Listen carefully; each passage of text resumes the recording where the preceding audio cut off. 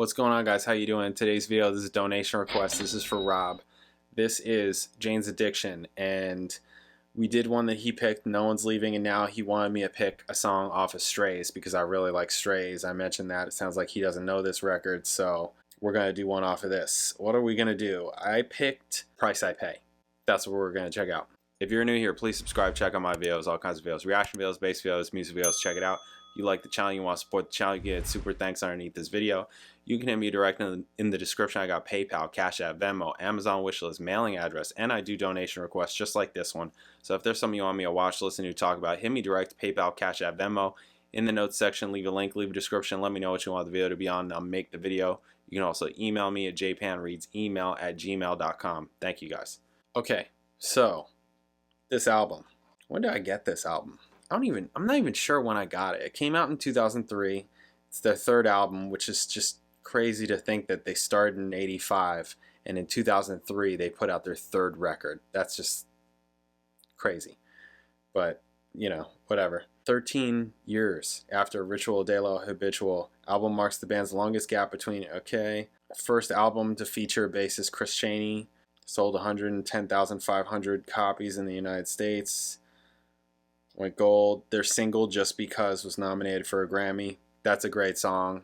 I did a bass cover of it on my channel with the black bass and a gnarly tone. I remember adjusting. I was in a hotel room, like on a gig or whatever. A lot of those videos I did in hotel rooms, actually. It was just like I would just play bass and do videos or whatever while I was traveling or whatever. Like if I had extra time, you know, I would do that. I would bring a little tiny setup and do it. But I was trying to really go for his tone, which is different than mine, at least on that record. It was a live recording of this song Just Because, so I'm not a fan of the tone, but I was trying to go for that tone. Anyways, more of his tone, where my tone is more darker and rounder, and that tone was a little bit more like pingy.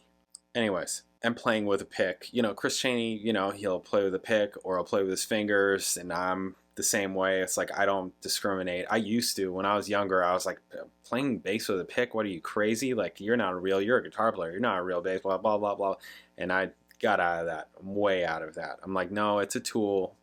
It gets a sound. It has a purpose. You know, it sounds excellent for certain things. In certain roles, it sounds excellent, better than fingers. So, you know, it depends on what you're doing and what you're playing. But I think that absolutely, you know, if you're a bass player out there, you should absolutely learn how to play with a pick, because it's just going to expand the potential gigs you can do. Anyways, this album, Just Because was the single.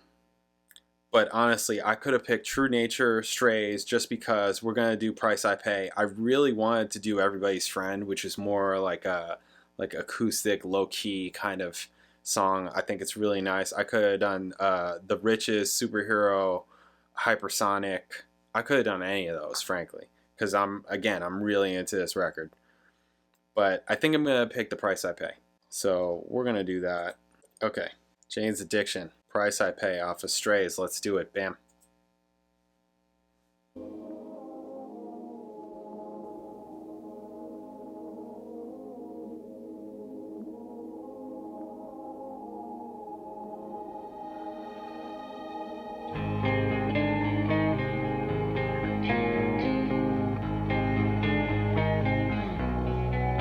Nice little bass and guitar together there.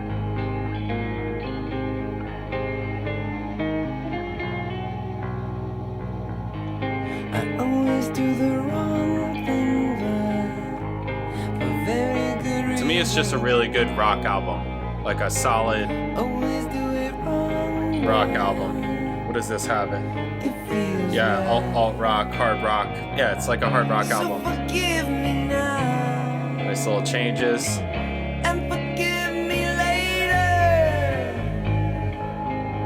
Got this atmosphere going.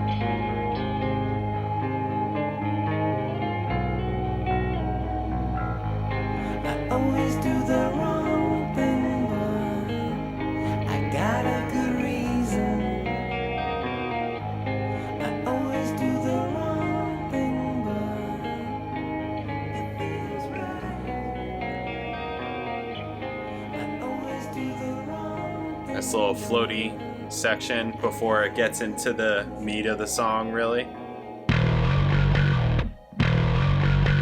Fuzzy filter bass.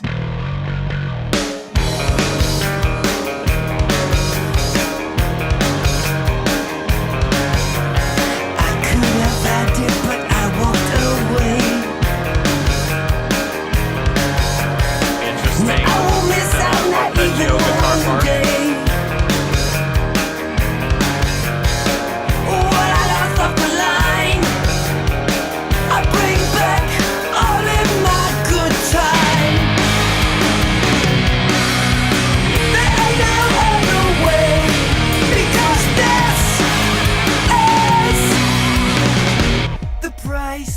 It's the price, always the price I pay.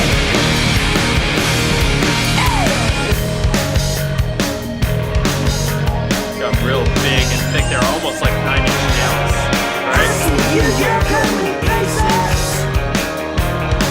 This guitar noise back here. Let's get the hell out of here. Perry's got his vocals going. I'm a big little man at the table. Cool. I got my long control. I'm able to lay you out. There ain't no other way. Because this is the price. It's the price. Got some Always kinda the like price I sub on the kick.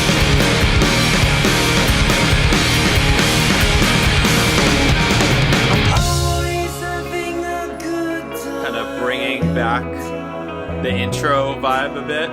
Always searching for A little bit.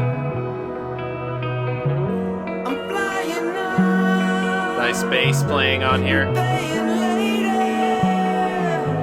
I'm flying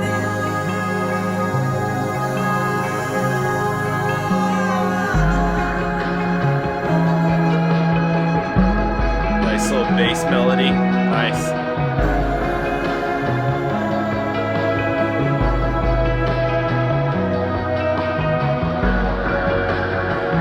Got some filtered drums over here. Space. Little bass chords. I'm laying in a bath of hot water. This is a produced album. Hot water always my The producer got songwriting credit on, I think, the whole album also. We'll find nothing to say. Just put the cloth right over my face. Oh, there ain't no other way. Because this is always the price. It's the price. Always the price that I pay. Rock and roll vibe for her.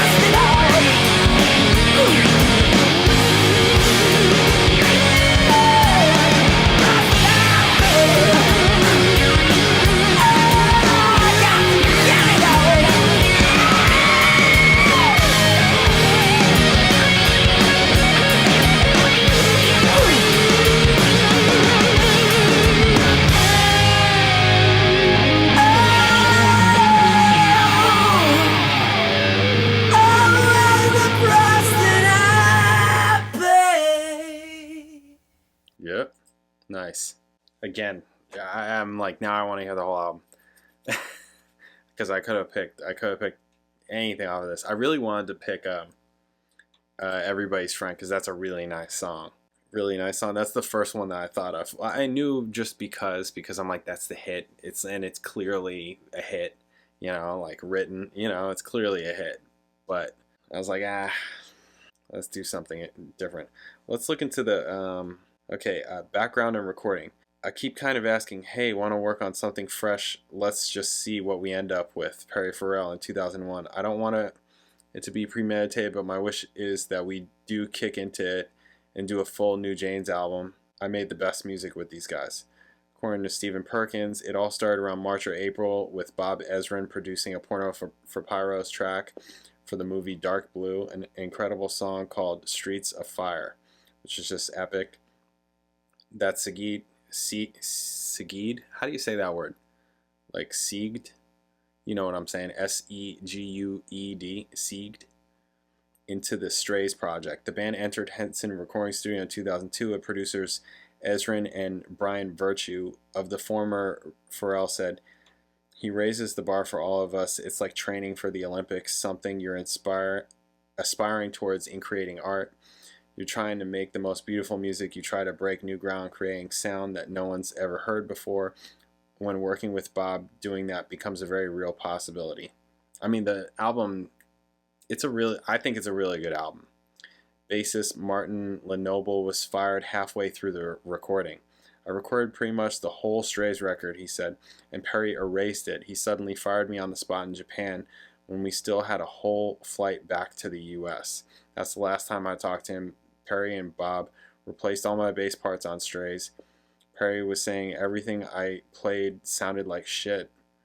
But then they had the new guy pretty much play exactly my parts, maybe a couple of little changes. So I guess they couldn't have been that shitty." Damn, sounds like that was a bad break. Lenoble was aggrieved by the band not paying him for his studio work after his firing, which caused him financial hardship. Right? He was replaced by Chris Chaney, who Dave Navarro described as perhaps the most intense musician I've ever worked with. Chris Chaney, yeah, I mean, he's like a session guy. Dave and Steven have been playing together since they were 13 years old. Chaney noted they have quite a synergy or chemistry, and for me as a bass player to be able to come into that is really remarkable. It gives me a great opportunity to shine. I did a record with Tommy Lee, and we needed a drummer to go tour with, and what better drummer than Stephen Perkins? I was only able to do it for about 6 weeks because I was playing with Alanis Morissette, and I had to go back to that. But in that short time, Steven and I had a great relationship, and last August he called me and asked me to do some shows. There you go. So yeah, Bob Ezrin was put on as a writer for the entire album. And it looks like Lenoble was put on for a few of the songs, half the record basically. And Chris Chaney on a bunch also, including the single. So that is definitely a nice little paycheck. Perry Farrell, "Working with Bob Ezrin on Strays meant a lot because I knew that Dave loved Pink Floyd's The Wall, which Ezrin produced. Dave learned The Wall as a kid. He can play the whole album note for note. I knew he'd instantly have a lot of respect for him." Bob Ezrin said, "My job on Strays was to bring a sort of commonality to the process and make everyone think it was a group effort again and not just a bunch of solo projects trying to be strung together." Martin Lenoble said, "Bob Ezrin didn't really understand Jane's Addiction musically. I remember arguing with him, 'Have you listened to Ritual?' He goes, 'Frankly, I can't get through it. I think it sounds horrible. I'm going to make this a real rock band instead of an art rock band.'" I would say he did that. I mean, just knowing, I know this album, I know Strays, I don't really know Ritual, and I would say he did that. Well, he succeeded. Yeah, there you go, next sentence. Well, he succeeded. He took all of the magic out of it. He made a rock record. The most magical moments on the Jane's Addiction records are the quiet little adventures to the left, and of course, Eric Avery's magic bass. I mean, to me, even in just the song that we just did, Price I Pay, there are those quiet little adventures. The whole intro, and then that whole other section where it kind of like brought back the vibe of the intro, and with that nice bass playing, those nice changes, it's like, yeah. And that's another reason, interestingly enough, those quiet little adventures, that's kind of like the song that I wanted to pick, which was Everybody's Friend. I'm like, that's a nice song. I mean, I don't know, I don't care.